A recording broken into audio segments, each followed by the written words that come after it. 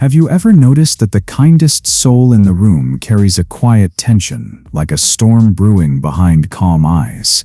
They smile, they soothe, they hold the chaos of others as if it were their own.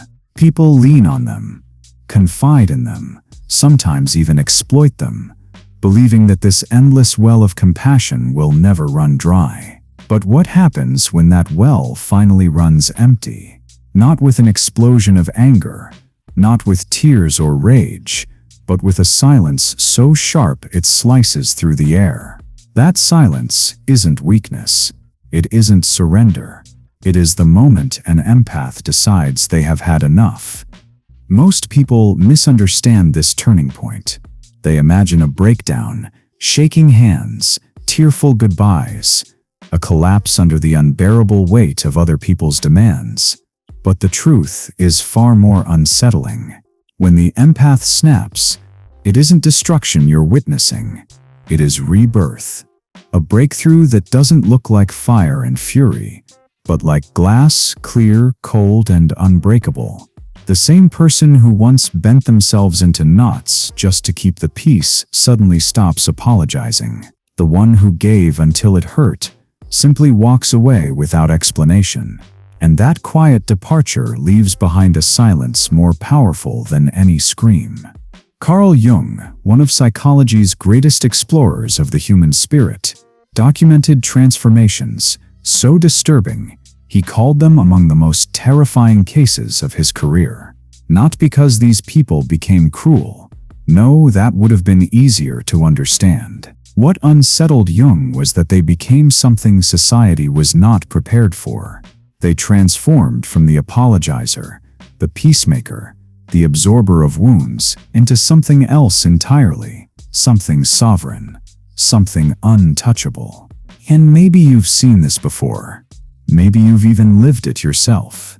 You know what it feels like to say yes when every fiber of your being is screaming no. You know what it's like to be the family mediator, the one smoothing over broken promises and explosive tempers, the one who explains away bruises that don't always show up on skin but dig deep into the spirit. Perhaps you grew up in a house where love was conditional, where affection turned to rage without warning, where silence was the only safe response. Or maybe you've loved someone who promised devotion but delivered betrayal, and still you gave and gave and gave until you didn't recognize yourself in the mirror anymore. This is the empath's curse, to carry burdens that were never theirs to begin with. Jung described them as containers of the unconscious, people who soak up the shadows others refuse to face. They hold dysfunction the way a sponge holds water, until they are saturated, heavy, and on the verge of collapse. And while the world applauds their kindness, praises their selflessness, they feel the slow erosion of their own spirit. Each apology chips away at their sense of worth. Each sacrifice carves a wound into their soul. But here's the revelation that suffering is not wasted. Every betrayal endured, every lie tolerated, every storm weathered in silence leaves behind something the world underestimates. Data, patterns, observations so precise they become almost surgical. What others dismiss as intuition is, in truth, a lifetime of meticulous recording. The empath does not simply feel, they decode. They don't just endure pain, they study it. Every shift in tone, every glance across the room, every inconsistency in someone's story is etched into their nervous system with the clarity of a camera lens. And then comes the breaking point, not a gradual unraveling, not a gentle decline, but a moment of devastating clarity. Betrayal is often the trigger, the spouse who cheats, the parent who lies, the friend who manipulates. The wound is not just in the act itself, but in the recognition that they saw the signs all along and chose to ignore them, that their own intuition had been screaming the truth, and they silenced it in the name of love. This is when the empath snaps, but not in the way the abuser expects. There are no fireworks, no hysterical scenes, No begging or pleading. Instead, the empath grows quiet. Their face softens, their voice steadies, and in that silence, something awakens. Jung called it the integration of shadow and light, the moment when everything the empath has silently recorded fuses with their emotional intelligence. And what emerges is not a victim, not prey, but a mirror so precise, so unflinching, that it becomes terrifying. Because in that moment, the empath begins to reveal everything they have seen but never spoken. They catalog every manipulation, map out every betrayal, expose every secret that was supposed to stay hidden. They don't do it with rage. They do it with surgical clarity, like a surgeon pointing to each diseased organ before cutting it away. The abuser, who expected tears and chaos, finds themselves standing before someone who has seen through them completely and who no longer needs their approval. And that is the secret. The day the empath snaps is not their destruction. It is their awakening. It is the moment they stop asking for permission to see what has always been in front of them. It is the moment they stop apologizing for existing. The empath, who once bent to fit into broken systems, becomes unbendable. They don't become cruel. They become whole. So if you have ever been told you are too sensitive, if you have ever been shamed for caring too much, if you have ever wondered whether your kindness is secretly your weakness, you are standing on the edge of a truth that will change everything you thought you knew about yourself. Because your sensitivity is not fragility, it is forensic. And when the moment comes that you stop carrying everyone else's chaos, the world will see what you've been becoming all along, not a victim of sensitivity, but a master of clarity. To understand the transformation of the empath, you first have to understand the prison they live in long before awakening. At first glance, they look like the kindest person in the room, always ready to listen, always ready to soothe, always willing to take on more than their share. People around them admire their generosity, even exploit it without realizing the cost being paid in silence. Because what the world calls kindness often hides something darker: exhaustion, self-erasure, and a lifetime of carrying pain that never belonged to them. The empath doesn't step into this role voluntarily. Often it begins in childhood.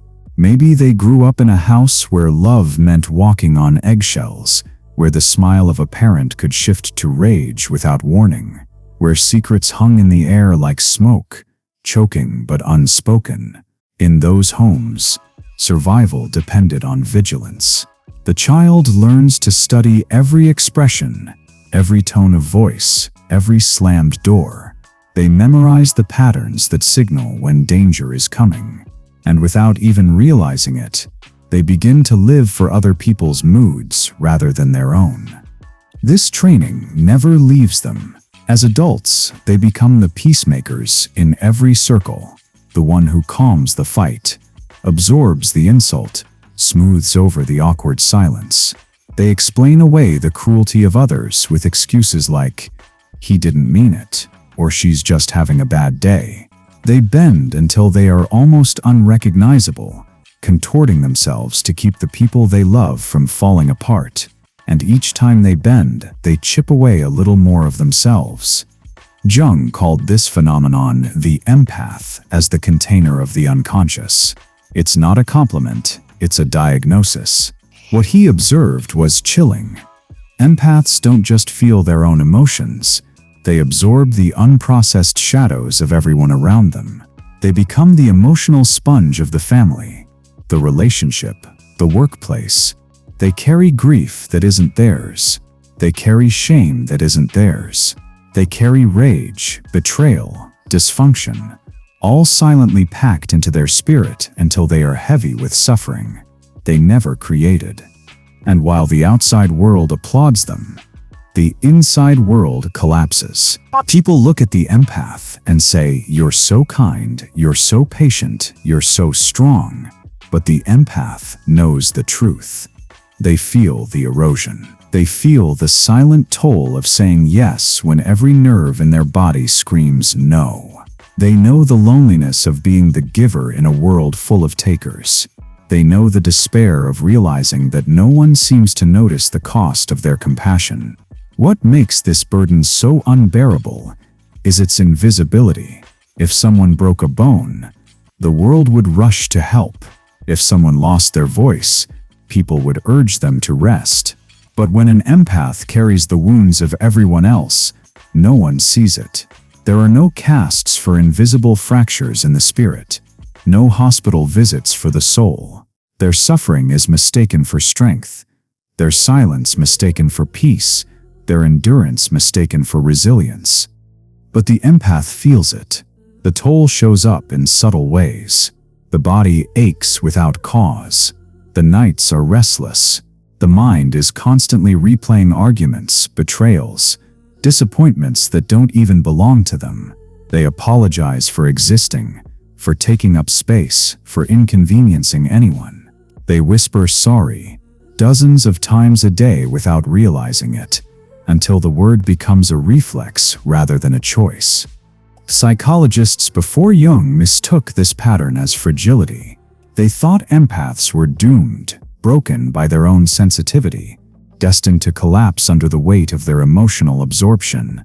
But Jung noticed something different. He saw that the empath's silence wasn't emptiness. It was recording. Every slight, every betrayal, every manipulation was being cataloged in silence.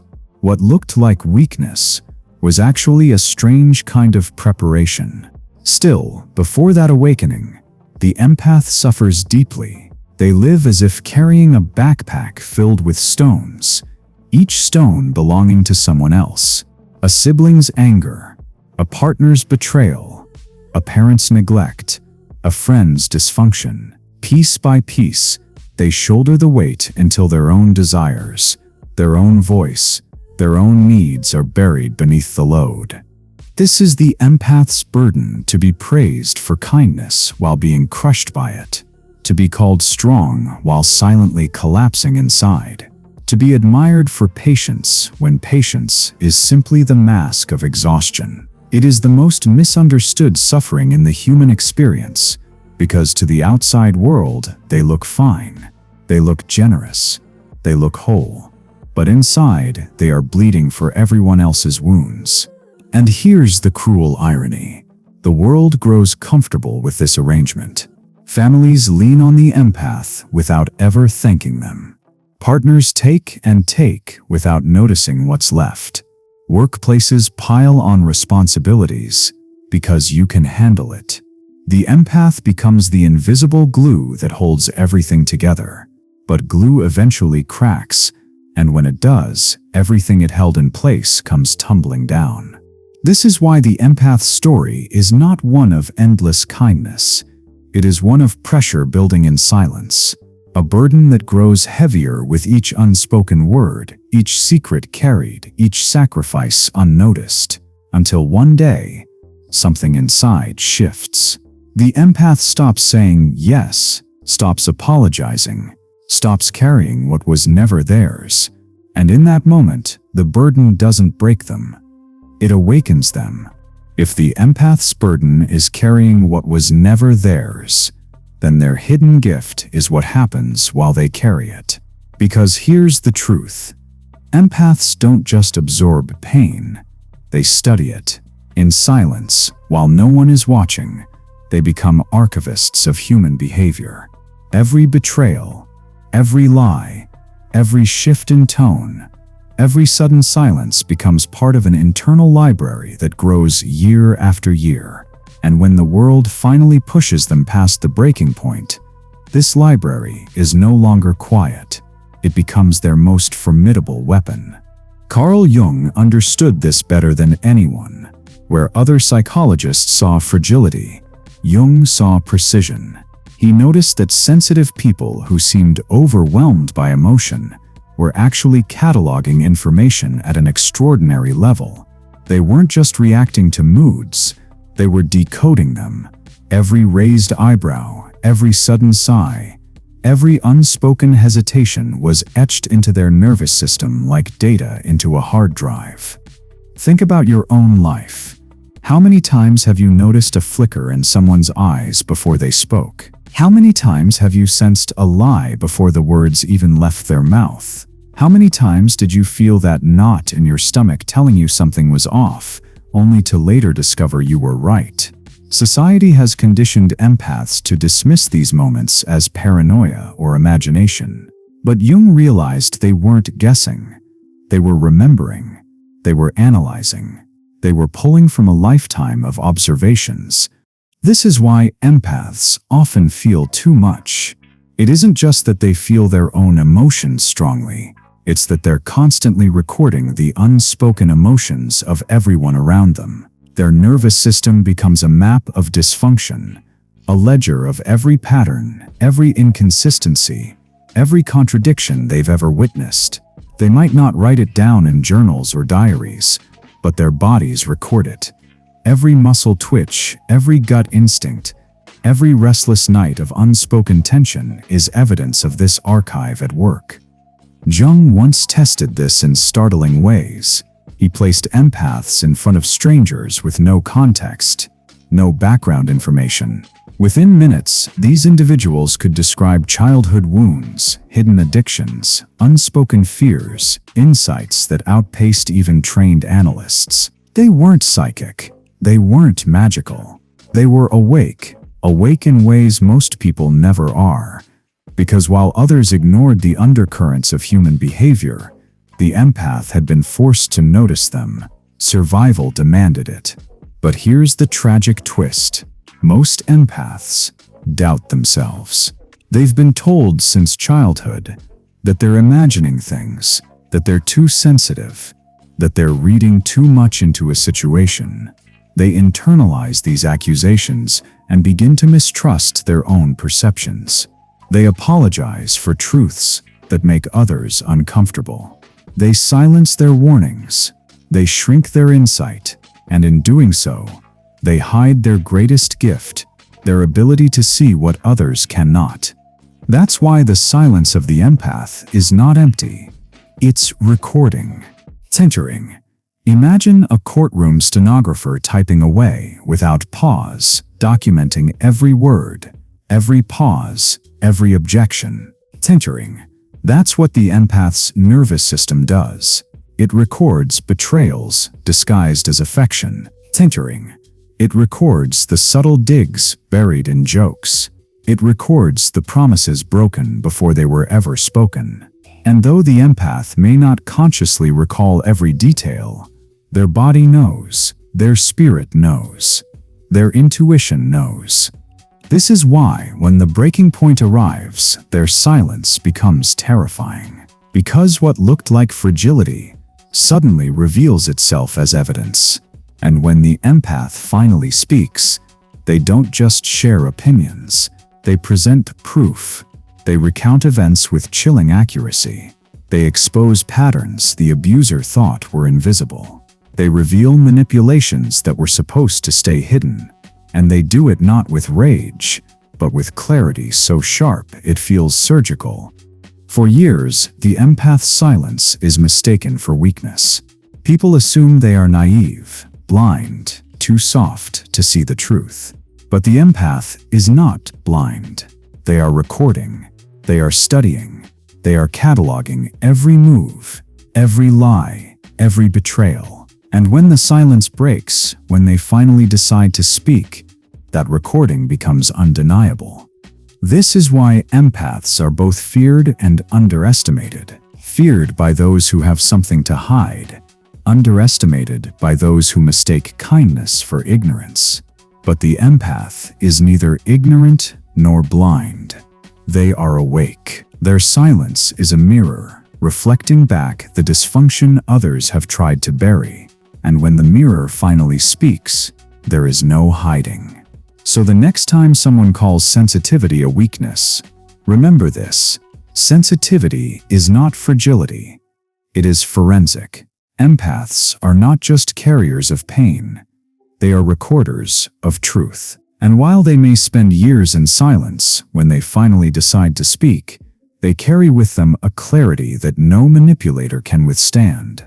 Because silence was never the absence of power, it was the accumulation of it.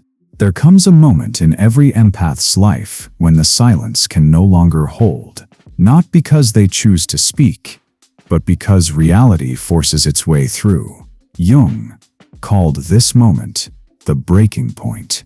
But here's the unsettling truth. It doesn't look like what most people expect. When people think of breaking, they imagine chaos, tears, shouting, doors slamming, desperate pleas for love or loyalty. Abusers expect this too. They brace themselves for the emotional storm, because storms are predictable. They can be manipulated, diffused, or twisted back against the empath. What no one expects is the opposite. Not fire, not noise, silence. A silence that feels heavier than rage. A silence that doesn't plead, doesn't explain, doesn't apologize. This is the empath's true breaking point. The trigger is almost always betrayal. Not the casual kind, the missed appointment, the forgotten promise, but a wound that cuts straight through the heart. Betrayal from the one person the empath trusted completely.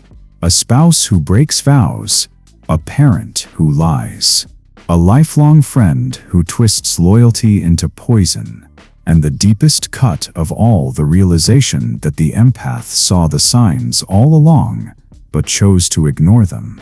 Their intuition whispered, sometimes screamed, but for the sake of love, they silenced themselves.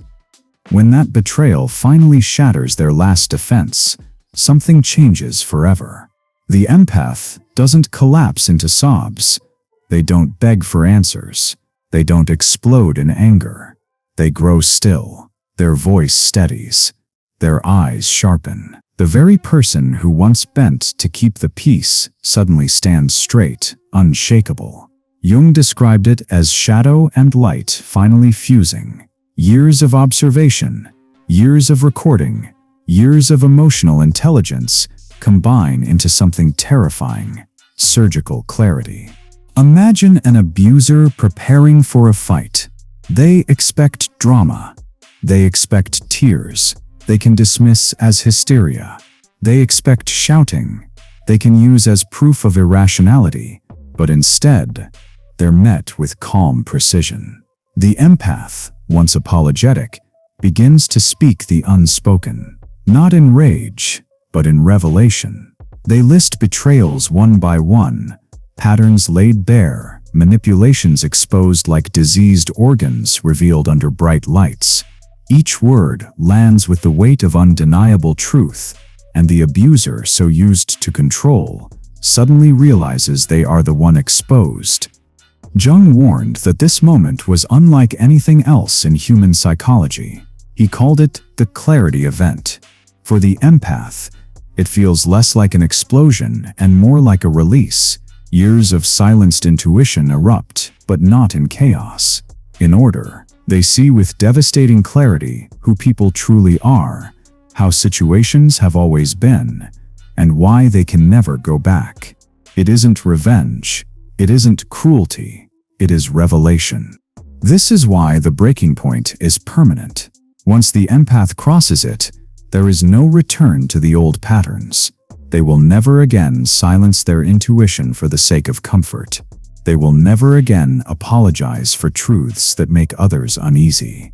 They will never again bend until they break. Instead, they stand whole, shadow and light integrated, compassion intact but sharpened with boundaries. And here's what most people don't realize.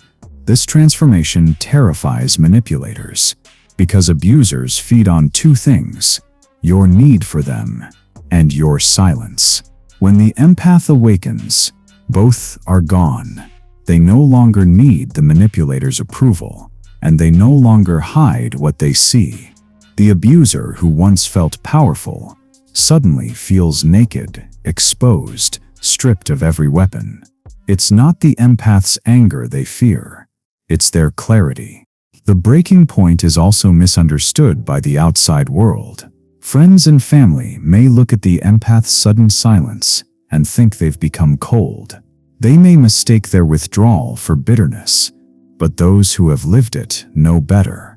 The silence isn't emptiness, it's fullness. It's the moment the empath decides to stop bleeding for those who never cared if they lived or died. It's the moment they reclaim their voice, their perception, their sovereignty. And what emerges from this silence is not weakness. It's strength, not fragility, but precision, not collapse, but clarity. From this point forward, every relationship, every decision, every boundary is reshaped by the awakening. The empath no longer plays the role of buffer, scapegoat, or silent healer. They become sovereign. They become whole. So when Jung described these cases as terrifying, he wasn't exaggerating. He wasn't afraid of cruelty. He was afraid of clarity. Because once someone sees with unfiltered eyes, they can never be controlled again. And for those who thrive on control, that is the most dangerous power of all.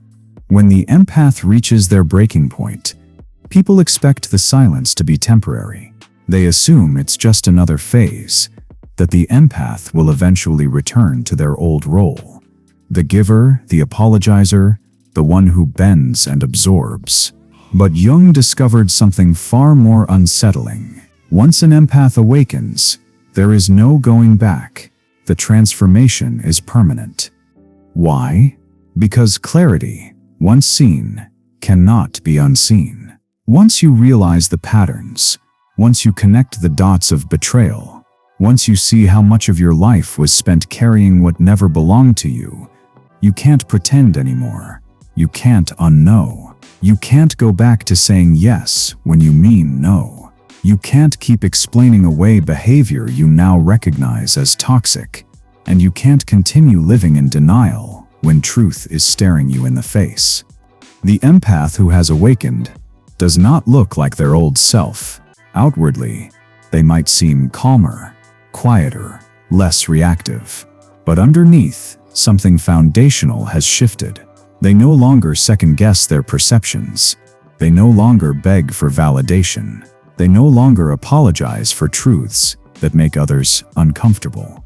Jung noted that patients who once trembled when setting boundaries suddenly spoke them with steady voices. People who once tolerated abuse walked away, not in chaos, not in rage, but with surgical precision. This transformation ripples outward into every part of life. Relationships change first. Toxic connections crumble. Manipulative partners find themselves abandoned, not with screaming confrontations, but with quiet departures. Family dynamics shift as the empath stops playing the role of buffer, forcing dysfunction to stand exposed. Friends who only took without giving drift away, uneasy in the presence of someone who no longer bends. And here's the striking part. Healthy relationships deepen. The awakened empath attracts those who respect boundaries, who value clarity, who find comfort in authenticity. Jung described this as the predator's instinct. Just as animals sense when prey is no longer vulnerable, manipulators instinctively avoid the awakened empath. They feel the shift even before words are spoken. Something in the way the empath carries themselves signals, I cannot be controlled anymore. This subtle but powerful energy changes how others respond. The empath doesn't have to announce their strength. Others feel it in their bones. And this shift isn't limited to relationships. Careers transform. Businesses thrive. Jung documented patients whose lives accelerated after awakening. Why? Because clarity cuts through illusions everywhere, not just in personal life. The awakened empath sees dysfunction in workplaces before it erupts. They anticipate conflicts, read unspoken needs, and avoid toxic dynamics with uncanny precision. Their insight saves time, money, and energy. And because they no longer waste themselves on manipulation, They have reserves of focus and creativity to pour into their goals. The empath's presence itself begins to change rooms. Manipulators grow uneasy, but those who value truth feel safer. Boundaries, once dismissed as walls, now become signals of reliability. People trust the awakened empath because they know this person cannot be bought, flattered, or manipulated. Authenticity radiates from them, and authenticity is magnetic. But the most profound transformation is internal. For the first time, the empath trusts themselves completely. They stop asking, "Am I overreacting?" or "Am I imagining things?" They stop looking to others for permission to see what they already know. Their sensitivity, once treated as a flaw, is now recognized as a strength. Their empathy, once indiscriminate, is now selective. They give generously, but only to those who have earned it. They offer compassion, but only to those who don't exploit it. This selectivity is what unsettled Jung most. He realized the empath's kindness didn't disappear. It became precise, no longer blind, no longer automatic, no longer self-destructive. Kindness guided by clarity becomes something unstoppable. It heals those who are worthy. It protects those who are vulnerable. And it withdraws from those who only seek to consume. This is what makes the transformation permanent. It's not about becoming hardened or cruel. It's about becoming whole. The empath no longer lives divided. Half light, half shadow, half truth, half denial. They integrate everything. The pain, the anger, the intuition, the compassion. They become psychologically complete. And once you are whole, you cannot go back to fragments. To outsiders, this change may seem abrupt. "You've changed," they'll say.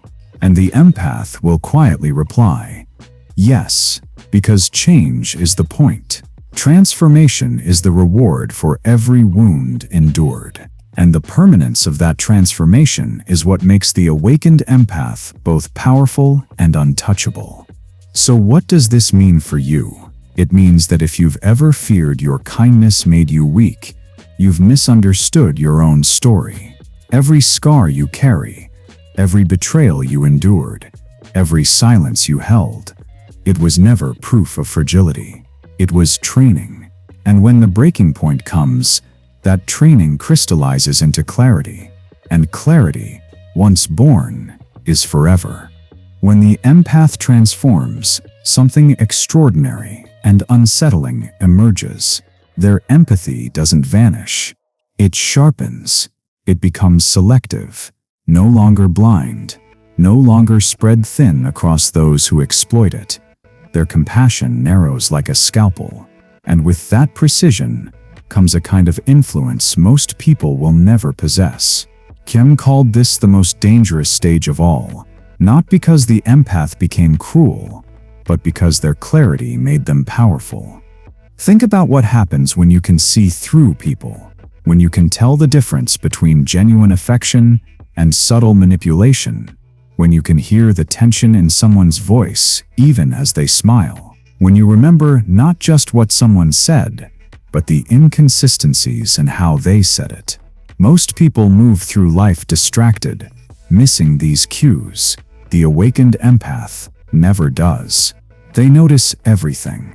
That kind of perception is power. It means walking into a negotiation and already knowing the other side's insecurities. It means entering a relationship and recognizing red flags within minutes instead of years. It means sensing lies before they've even been spoken. Imagine the advantage this gives: to see motives clearly when others are still tangled in confusion, to anticipate outcomes while others are still guessing. Jung's notes are filled with cases of transformed empaths achieving startling success. Their businesses thrived because they could anticipate clients' needs before the clients themselves knew them. Their relationships flourished because they refused to tolerate dysfunction. Their decisions, financial, professional, personal, appeared almost flawless because they were guided by a perception sharpened through years of silent observation. To outsiders, it looked like luck or intuition, but Jung knew better. It was strategy born of survival.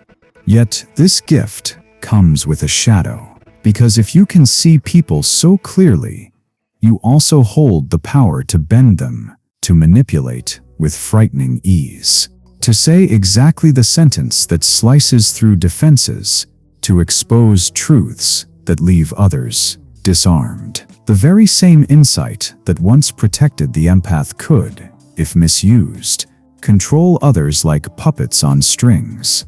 And this is where Jung's fear began. He understood that power rarely goes unused. History is littered with people who discovered influence and chose to exploit it. And the empath, once awakened, possesses influence at a level most manipulators can only dream of. They could destroy reputations in minutes. They could dismantle lies with surgical precision. They could bend entire groups simply by pointing out truths others were desperate to avoid. The possibility of abuse terrified Jung. But here's what startled him most. Most awakened empaths chose restraint. They didn't weaponize their gift. They didn't seek revenge on those who hurt them. They didn't turn their clarity into cruelty. Instead, they walked away. They chose sovereignty over domination. They chose silence over spectacle. Jung found this even more chilling than the idea of manipulation, because restraint meant choice, and choice meant control, which meant the empath wasn't just powerful. They were dangerous precisely because they didn't need to prove their power. That's what makes the awakened empath different from ordinary manipulators. Manipulators crave control. They thrive on bending others. They need proof of their influence. The awakened empath doesn't. Their very presence shifts dynamics without effort. People sense it.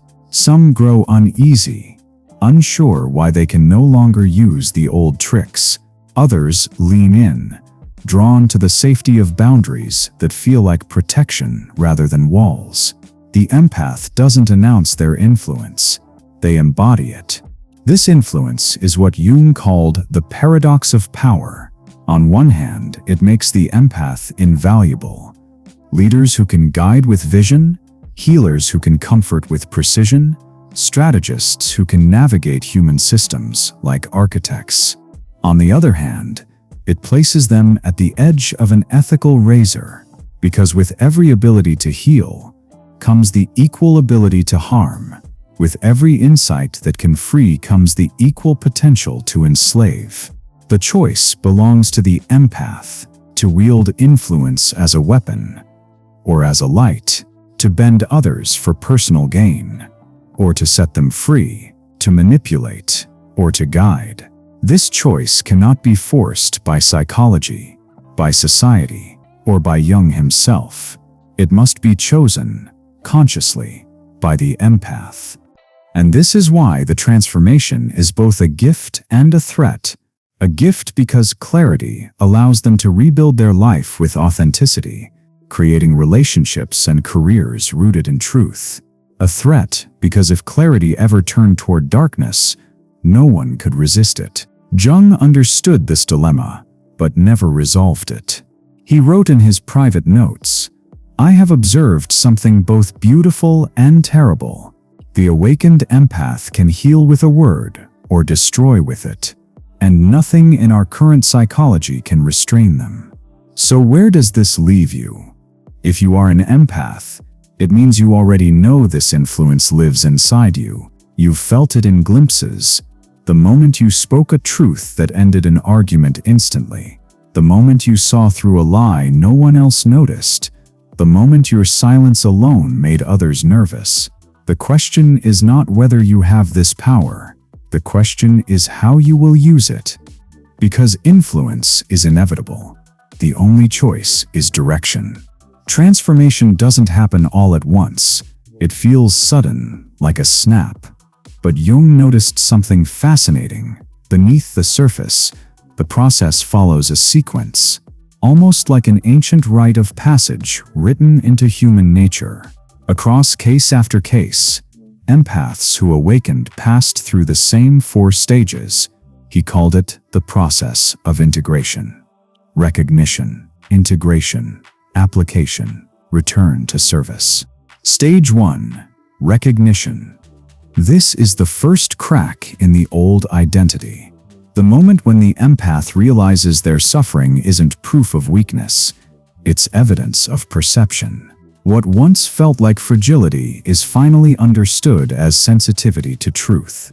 They begin to see their emotions as data, not as flaws.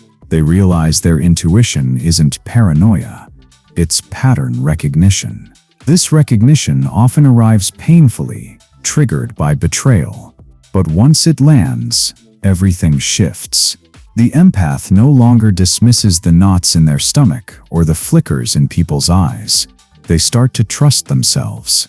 And in trusting themselves, they begin to pull their power back from the world that dismissed them.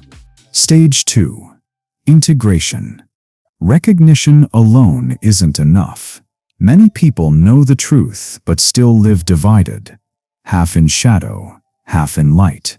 Integration is the moment the empath stops disowning their anger, their boundaries, their strength. They stop apologizing for the parts of themselves that don't look nice. They begin to merge every fragment, rage, grief, tenderness, intuition into one complete self. Jung called this becoming whole rather than good. It's no longer about being endlessly patient or endlessly forgiving. It's about allowing the full range of human experience to exist without shame. And once the shadow is embraced, it no longer controls them. Stage 3. Application. Now the empath becomes strategic. Once their inner world is integrated, their outer world begins to shift. They no longer just defend themselves from manipulation. They anticipate it. They see through it before it even begins. They can walk into any human system, a family, a workplace, a community, and immediately sense how it functions, where the tension lies, where the breakdown will come. Who is trustworthy and who is not. Jung described them as psychological architects, able to map and navigate human behavior with uncanny precision. This stage is where influence becomes undeniable. They are no longer prey. They are players in the game. Only now they can see the whole board. Stage 4. Return to service. The final stage surprised Jung the most. Because after awakening, after integrating, after learning to apply their perception strategically, many empaths didn't turn inward and isolate. They turned outward. They began to guide others, to protect the vulnerable, to build communities, to mentor, to heal, to serve. Not in the old self-sacrificing way, but from a place of sovereignty. They gave not because they had to, but because they chose to. Their insight became a gift rather than a burden. Jung observed these individuals forming networks, naturally drawn to one another, creating what he called psychologically resilient constellations. Together, they amplified each other's clarity and strength, rippling transformation outward into families, workplaces, even entire communities. These stages, recognition, integration, application, return to service, create a roadmap, a pattern that repeats itself across every awakened empath. And the most important realization is this: the transformation isn't random. It isn't rare. It's inevitable. Betrayal triggers it. Shadow integration solidifies it. Application empowers it. Service completes it. Think about what this means. Every time you doubted your intuition, every time you apologized for feeling too much, every time you silenced yourself to keep the peace, you weren't failing. You were training. You were gathering the pieces that would one day integrate into something unstoppable. Jung captured this truth in one of his most famous lines: "I am not what happened to me. I am what I choose to become." This choice sits at the center of the empath's awakening, the choice to remain a sponge for dysfunction, or to step into sovereignty, the choice to continue bleeding for others, or to finally include yourself in your own compassion. Once you see the stages clearly, you begin to realize the empath's path is not tragedy, it's evolution. Each wound endured is not a scar to hide, but a step toward wholeness. Each betrayal survived is not proof of weakness, but a catalyst for awakening. Each silence carried is not emptiness, but a recording that will one day become revelation. And when all four stages unfold, the empath no longer resembles the fragile soul the world once pitied. They become whole. They become sovereign. They become what Jung called psychologically complete. And from that moment forward, nothing, not manipulation, not betrayal, not fear, can ever control them again. When an empath awakens, the transformation doesn't stop with them. Jung realized this was one of the most disruptive truths of all. Their awakening sends shockwaves through everything around them. Families shift, friendships dissolve, workplaces reorganize, communities transform. Why? Because the empath was never just an individual. They were the invisible glue holding broken systems together. And when they stop carrying that role, the system can no longer function as it did before. Take the family system as an example. Before awakening, the empath often played the role of buffer. They absorbed the chaos, smoothed over the fights, carried the secrets, and kept the fragile balance intact. An alcoholic parent could keep drinking because the empath was always there to soften the fallout. A manipulative sibling could lash out because the empath would absorb the blame. A depressed relative could rely on endless validation because the empath provided it quietly, without question. But after awakening, that role disappears. The empath no longer apologizes for everyone. They stop absorbing dysfunction. They refuse to play savior to systems determined to stay broken, and in their absence, everything collapses. The alcoholic parent is forced to confront their addiction without a shield. The manipulative sibling has no scapegoat left to exploit. The family secrets, once carried silently, rise to the surface like cracks in a dam. Jung called this the mirror effect. He wrote, "The most terrifying thing is to accept oneself completely. But what is more terrifying still is when another accepts their truth so completely that you can no longer lie in their presence." That's what the awakened empath becomes, a living mirror. They no longer play the game. They simply reflect dysfunction back to those who created it. And for abusers, this is intolerable. Manipulators who once thrived in the shadows suddenly feel naked, exposed, unable to operate. This ripple effect doesn't end with families. It expands into friendships. The empath who once tolerated one-sided relationships suddenly walks away. Friends who drained them with endless complaints or constant drama are left confused, even angry, when the empath refuses to engage. Some accuse them of changing, and they're right, because change is the point. In workplaces, the ripple effect is even more profound. Jung documented case after case where awakened empaths became invaluable leaders, not because of charisma, but because of vision. They could sense unspoken tensions in teams, anticipate breakdowns in communication before they erupted, and navigate human systems with precision. Businesses under their guidance often flourished because they no longer wasted time on illusions or tolerated toxic dynamics. They cut through deception and focused only on what worked. But this same clarity also made them dangerous to fragile hierarchies.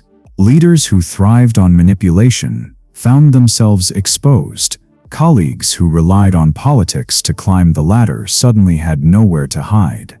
The awakened empath doesn't shout, doesn't scheme, doesn't play games. They simply see, and that seeing forces everyone around them to reveal themselves. Some evolve, some resist, some flee, but none remain unchanged. Communities, too, feel this shift. Healthy people are drawn to awakened empaths because their boundaries create safety. Being around someone who refuses to tolerate dysfunction feels like freedom. It encourages authenticity.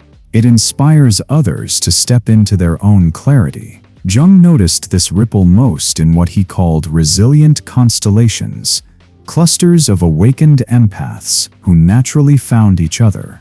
Together, they created communities of radical honesty, mutual respect, and psychological safety. These groups didn't just function, they thrived, becoming hubs of transformation for everyone who entered.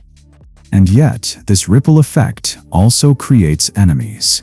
Manipulators sense the shift and instinctively retreat. But some fight back. They smear, they accuse, they lash out in desperation to drag the empath back into the old role. But it never works. Because once the empath awakens, the old dynamics no longer hold. The glue is gone, the system collapses, and everyone is forced to choose evolve or be revealed. This is the ripple effect Jung found so unsettling. The awakened empath doesn't just transform themselves, they transform the ecosystem around them. They expose weak foundations in families, friendships, workplaces, communities. They strengthen those who are ready for authenticity and destabilize those who are not. Their presence alone becomes catalytic. And here's the most radical part. They don't have to try. They don't make speeches. They don't force change. They simply live in truth. And that truth rearranges everything around them. Some people become nervous. Some pull away. But the healthiest ones lean in. They feel lighter, freer, safer in the company of someone who no longer plays games. The awakened empath ignites transformation wherever they go.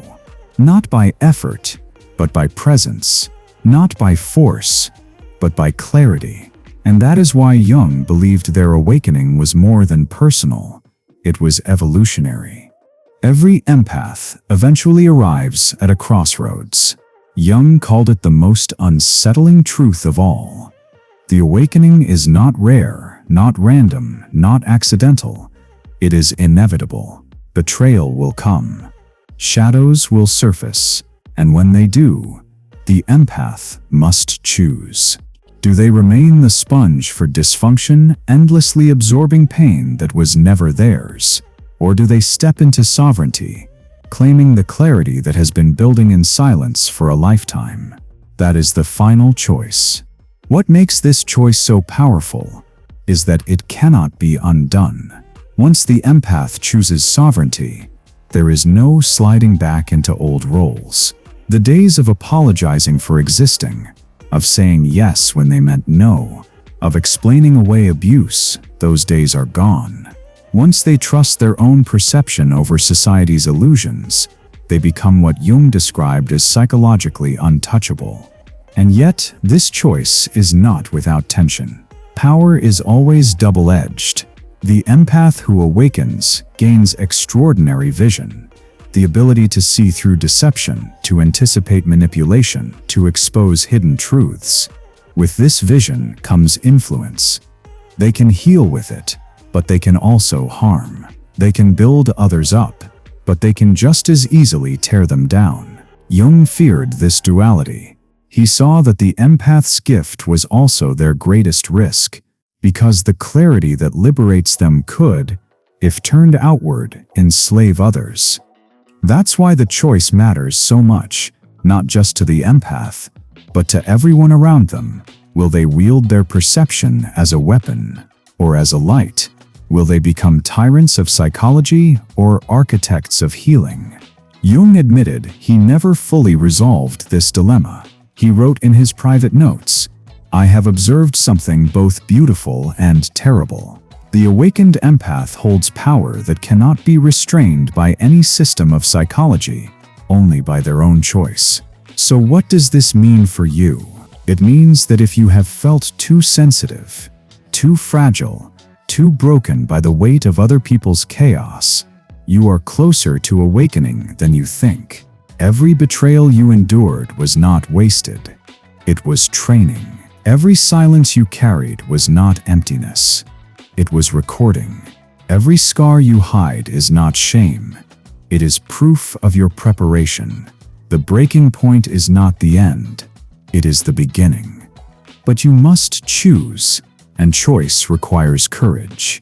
Because stepping into sovereignty means leaving behind the roles that once defined you. It means no longer being the buffer that keeps families pretending. It means no longer being the scapegoat who absorbs dysfunction. It means no longer being the partner who explains away betrayal. And it means no longer being the friend who tolerates disrespect. Sovereignty is not about hardness. It is about precision. It is about finally including yourself in the compassion you so freely gave to others. When you make this choice, the world will react. Some will evolve, rising into authenticity alongside you. Some will flee, unable to face themselves in your presence. Some will fight, desperate to drag you back into the cage of self-denial. But none will remain unchanged. Your awakening becomes their mirror, their test, their disruption, and in this way, your choice extends far beyond your own life. It reshapes the lives of everyone you touch. This is why Jung considered the empath's awakening an evolutionary event, not just personal healing, but a collective ripple. Imagine networks of awakened empaths connecting across families, workplaces, communities. Imagine societies where sensitivity is no longer mocked as fragility, but honored as strategy. Imagine generations raised not to suppress their perception, but to trust it, refine it, wield it with integrity. Jung saw the beginnings of this in his own practice, what he called psychologically resilient constellations. He believed it was the seed of something larger. And now, the choice belongs to you. To remain prey, endlessly drained by dysfunction, or to become sovereign, directing your gift with clarity. To shrink back into silence, or to step forward into power. To be defined by what happened to you, or by what you choose to become. The privilege of a lifetime, Jung wrote, is to become who you truly are. And that is the essence of the empath's awakening. Not someone different, not someone hardened, but someone finally whole. So if you are ready, claim it now. Say it aloud. Say it with conviction. I choose conscious transformation. Because the world does not need more broken empaths. It needs more awakened ones. And that is the final choice.